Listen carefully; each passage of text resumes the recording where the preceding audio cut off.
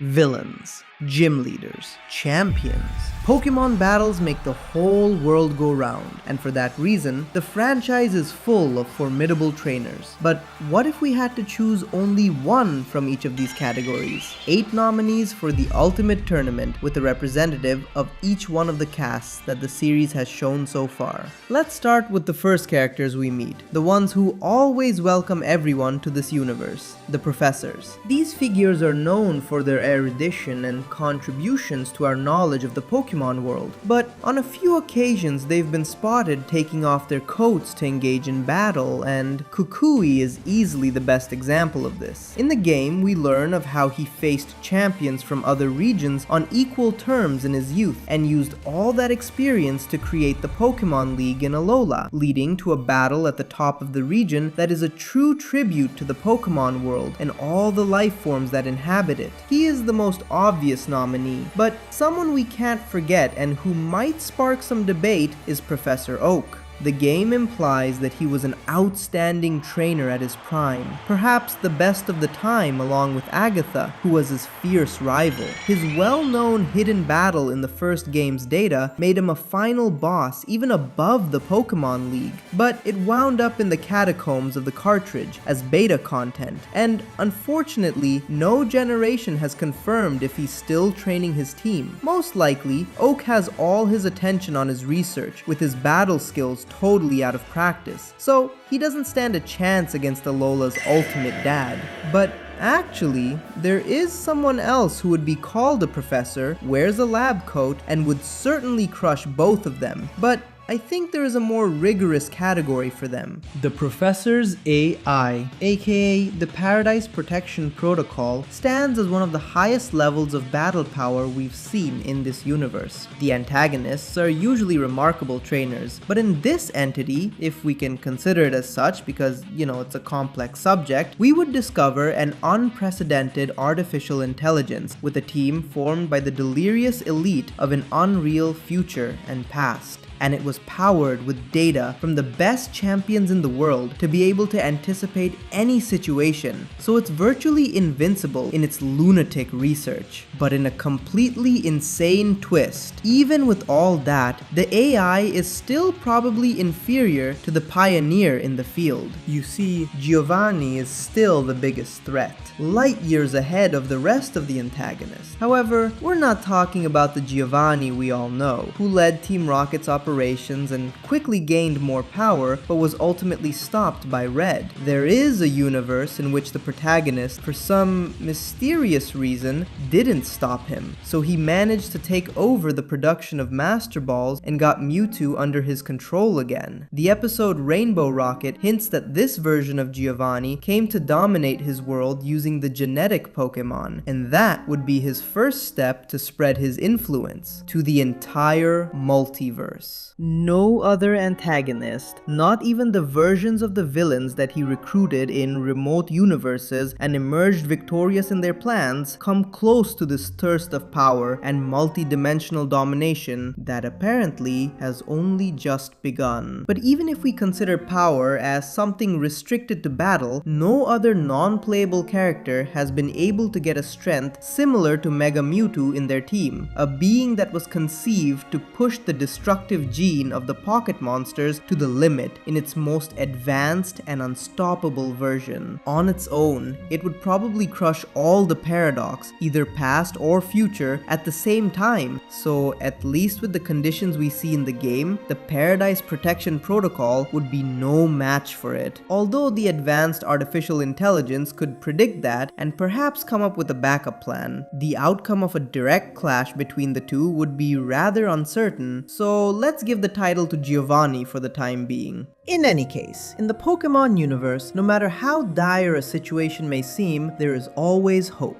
Incarnated in the games, in the Protagonist. And as you know, talking about them is kinda hard. Not because there's not enough info about them, quite the opposite. The player's achievements become their avatar's achievements as they strive to clear the game, as if the universe, or higher forces, were conspiring to make their progress something unstoppable and inevitable. All protagonists share this condition that sets them on the same level, and with the exception of the questionable case case of Red, there is no official info that places one generation's character above the others. So maybe it would be more accurate to say that all of them are equally strong, as they're all vessels of the player's spirit that shine more or less according to their own will and the challenges they face. But if we have to choose one of them as a representative, we just need to determine who has the greatest feat under their belt. I made a whole video on the topic if you're interested in a more in-depth look, but with no shortage of competitors, Akari and Rei from Legends Arceus have earned their place in heaven, literally. Not only did they confront the creation trio in their original and unrestricted forms, ones that their descendants don't even know about, and had to fight Melee to appease them, they even faced the alpha Pokemon, Arceus. It's a mysterious being directly related to the creation of the universe, and ultimately, it joins the protagonist as an essential entity that, a priori, the franchise has always placed above all Pokemon in terms of power, at least until the introduction of Terapagos, who, despite its apparent unimportant role in comparison, is the only Pokemon with hints of reality-weaving skills even beyond the powers of Arceus. And no one has gotten it pregnant so far. That's always worth considering. I still believe that all the mainline protagonists are essentially the same, and if we switched their stories, all of them would have achieved the same feats as the others. But the ones from Legends Arceus face such different mechanics and obstacles that they might be the exception, maybe the only ones who could make it, which is why they would be chosen for the alpha Pokemon.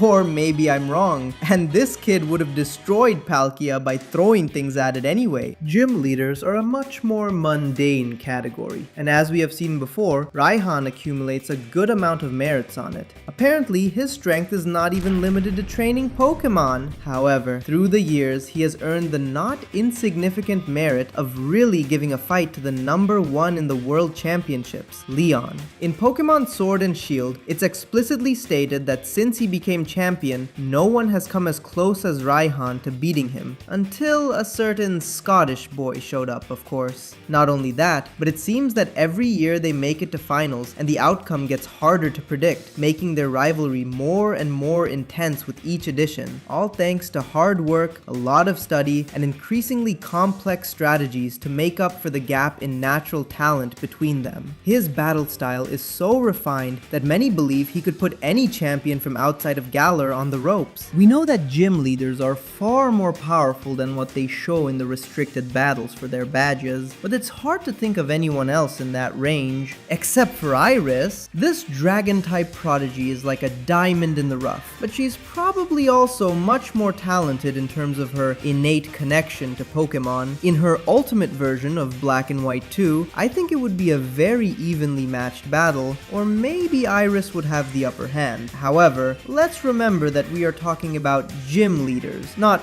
ex-leaders, and the gym leader Iris, in Black and White, is just a beginner, who is progressing extremely fast, but still a rookie at the end of the day. Her grandpa Drayden was on par with her back then, and while we're at it, let's also mention the rest of the dragon-type leaders, who seem to follow the same pattern of being apparently one step above the rest. Claire could have made a place for herself in the discussion, since we are told in the second generation that not even the Elite Four of her region would have a chance against her. But times are hard. Her inferiority to Lance is quite evident, and he would see Raihan at the very least as an equal. And Lance may not be the strongest contender among the champions, but he would at least take the consolation prize of being the best from the Elite Four. He took that spot for the brief period of time in which Blue was champion, only to be defeated by Red, who would then hand over the title of champion back to Lance and leave. That's a pretty cruel way to play with him, right? Although Lance's team on the Elite Four is, for obvious reasons, the weakest he's been seen to use, so I'm not entirely sure if someone else from another region couldn't take the title from him. For example, Lucian, who is canonically one of the smartest characters in the Pokemon world, to the point that his intellect starts to be confused with psychic powers and some sort of clairvoyance. If he were to use this in a world tournament with enough preparation time, he would certainly have a lot to say. Also, something tells me that Drake could be a more fearsome dragon tamer than Lance, but unfortunately, the game tells us too little about him to support this theory. By making this video, I'm noticing how badly we need a game that puts these characters against each other and finally gives us some answers. For all the previous reasons, and again excluding the protagonists who make any discussion more complicated, Leon would probably win a world tournament between champions, something that, unfortunately, has never happened in the games outside of the Pokemon World Tournament. But trust me, it's better not to pay too much attention to what's going on in there. Each generation works in a very independent way, and there's no doubt that these battles between champions would most of the time be close and fierce clashes. I said most of the time. But it's also true that no region has given as much hype to its top trainer as Galar. The game constantly insists that Leon is a generational talent, standing one step above the champions we had seen. Galar is by far the most try-hard and competitive region in the series, so maintaining such an immaculate dynasty for so long is no small achievement. He's also the only champion to date who has directly confronted the central threat of his region, the infamous Eternatus. Although he was completely overwhelmed once its true power was unleashed, if we look at the cutscene of their battle and the confidence Rose had that everything was under control, it genuinely seems that Leon wasn't all that far from being capable of challenging Eternatus by himself in its first form. Although there is someone else who crossed paths with a natural force of comparable magnitude, someone who could arguably be classified as a champion, comfortably above Leon. Problem is that he belongs to so many different categories in this video that calling him a rival is probably the classification that fits him best. It cannot be said that he didn't have competition for the spot, since among the rivals, there are several characters operating at the level of elite champions, but N is arguably the NPC who came closest to embodying the protagonist archetype. In his journey to convince the world of his ideal, he defeated every trainer in Unova using only Pokemon from the nearby routes, with virtually no training, releasing them each time he moved on to a new area. He's so close to the player character fantasy that if these games had been released today, I would probably assume he was some kind of parody of Nuzlocke, Hardlocks, and every other self-imposed challenge imaginable. He even defeated the champion and was chosen by the legendary Pokemon of the region, just like any proper protagonist. However, there were two heroes in this story, and the other one chose the player's side. In a fierce battle, that hero would ultimately defeat N, but the game strongly suggests that the outcome wasn't decided by strength, talent, or training ability. What truly made the difference was doubt.